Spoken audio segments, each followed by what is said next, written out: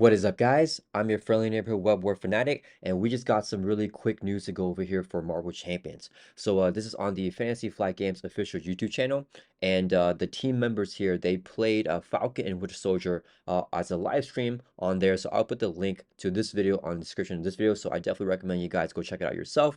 But at the end of the video, they also went over some of the new cards, in Falcon and Winter Soldier's Hero Pack that have not been reviewed yet. So I'm excited to go over these cards with you guys here. So let's see what the So we'll take a look real quick at Falcon's Nemesis set, starting with his Nemesis minion Viper. All right, okay, so this is Falcon's Nemesis minion right here, Viper. He is a 2 scheme, 2 attack, 5 hit points, and with quick strike, so that's pretty nasty. And as a force response, whenever Viper activates or after he activates, discard the top 5 cards of the encounter deck, and he has 2 boost icons. So yeah, that is gonna mess up Falcon a lot, because Falcon kind of wants to kind of look at the top of the encounter deck and kind of do his thing with that. So if you discard top 5 cards, you kind of like mess up the entire order of like what Falcon has set up there, right? So I think Viper is a good counter for Falcon. That's a pretty unique force response. I don't think it's that rough of a minion, but the quick strike, it's definitely not nice. And we probably don't want to use like a face-up pass on this card because of that quick strike, right? And he also has the Serpent Society as his trait. And then here is one of the minions, in that Nemesis set. We have the Serpent Soldier. It's a 1 scheme, 2 attack, 3 hit points. Also has quick strike. A lot of quick strike there. That's going to be pretty tough for Falcon. He has a boost effect to give the activated enemy an additional boost card.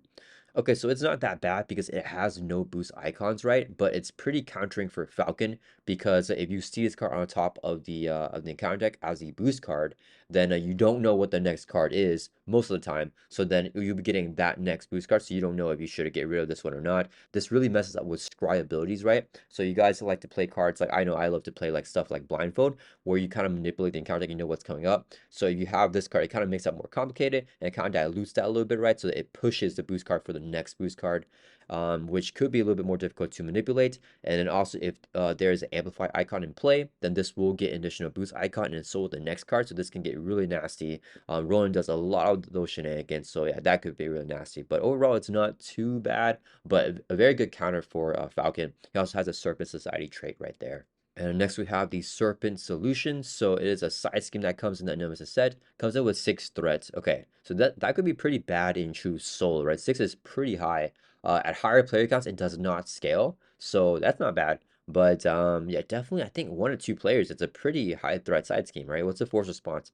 After Serpent Society minions, so those minions from this Nemesis set, when there's card from the top of the encounter deck, we deal that minion to the first player as a face down encounter card.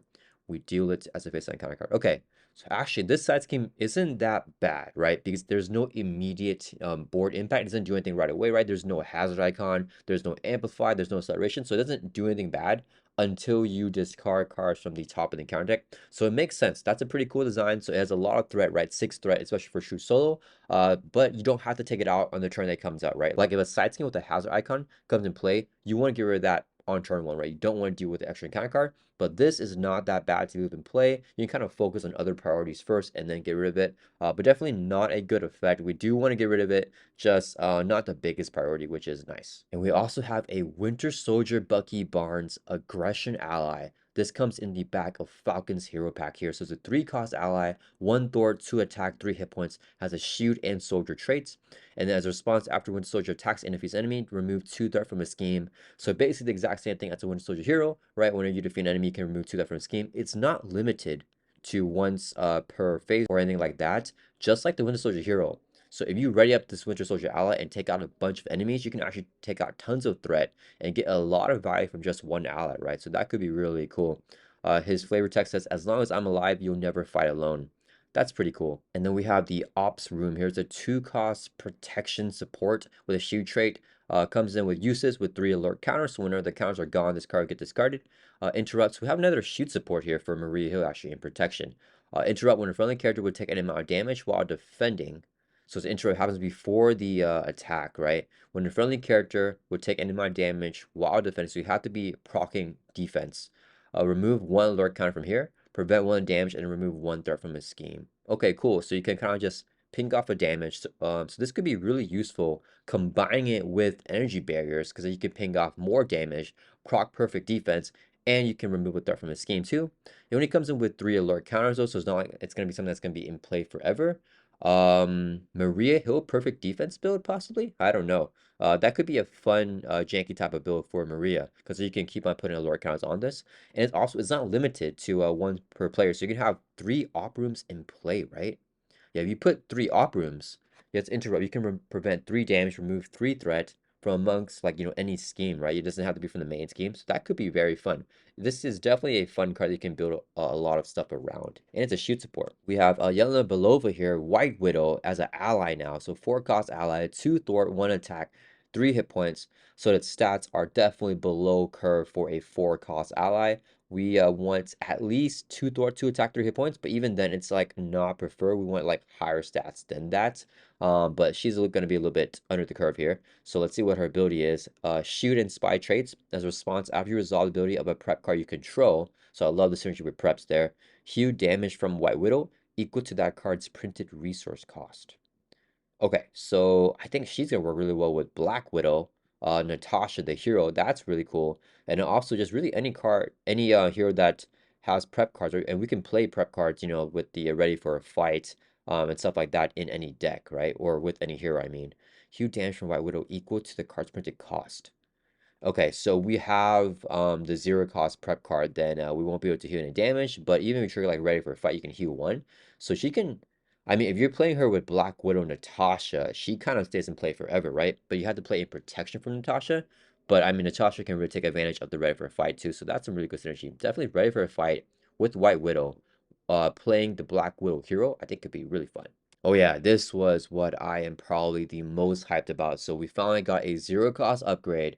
Shield Deputy, guys. Play only if your identity has a shield trait, and you can attach it from the character and then give them the shield trait and also +1 hit point. So that is really nice. We finally got the Shield Deputy. This will work so well with Hawkeye and with a Spider-Woman, because now you can they can play this while they're in Alter Ego, because both Hawkeye and Spider-Woman have the shield trait in Alter Ego, but they don't have the shield trait in hero form. So if you want to play like a team up card like the Agent of the Shield or like the Shield Synergy stuff, it doesn't work that well with those 2 heroes. But now it will, because you can make them a Shield Deputy, right? You can play Shield Deputy while you're in Alter Ego because you have the shield trait attached to your identity. And then now when you flip up to hero form as Hawkeye or Spider-Woman, Jessica Drew, you will have that shield trait in hero form.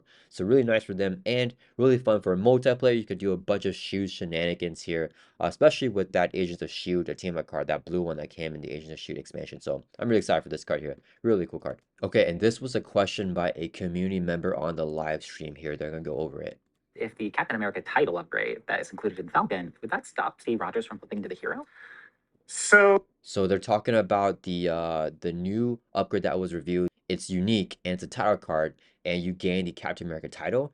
And someone's asking that if you play that on Winter Soldier or on Falcon, which are the only 2 heroes that you can play that on, can Steve Rogers, Captain America, the original one, can he still be there like in play with that, because they both had that Captain America title?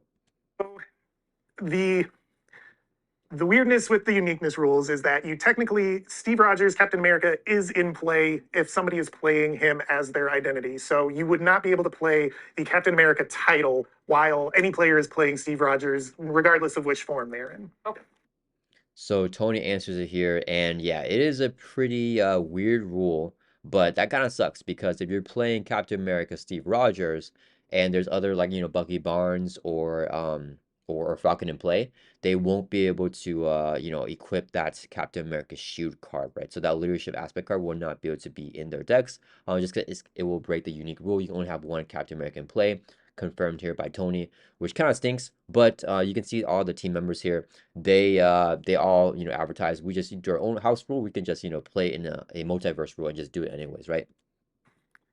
Disappointed. I wanted to eventually just have all the Captain Americas. Everyone who's ever had the mantle. Well, if you play by multiverse rules, you're very welcome to do so. You could get Bucky in there, you could get Falcon in there, both with the Captain America Shield title. That's an excellent yeah, point. Yeah. Maybe we should do that as a stream sometime. It's just all Captain Americas. All Captain Americas. All Captain Americas. Great. Yeah, so you guys can see it here. I mean, I know a lot of people make jokes about the FFG police knocking down your door if you play with the house rule, like giving Peter Parker Spider-Man the web warrior trait. I know a lot of people like to play him that way because Peter Parker Spider-Man is the classic web warrior. Well, from Fantasy Flight Games right here, I mean, they're joking about house ruling it themselves.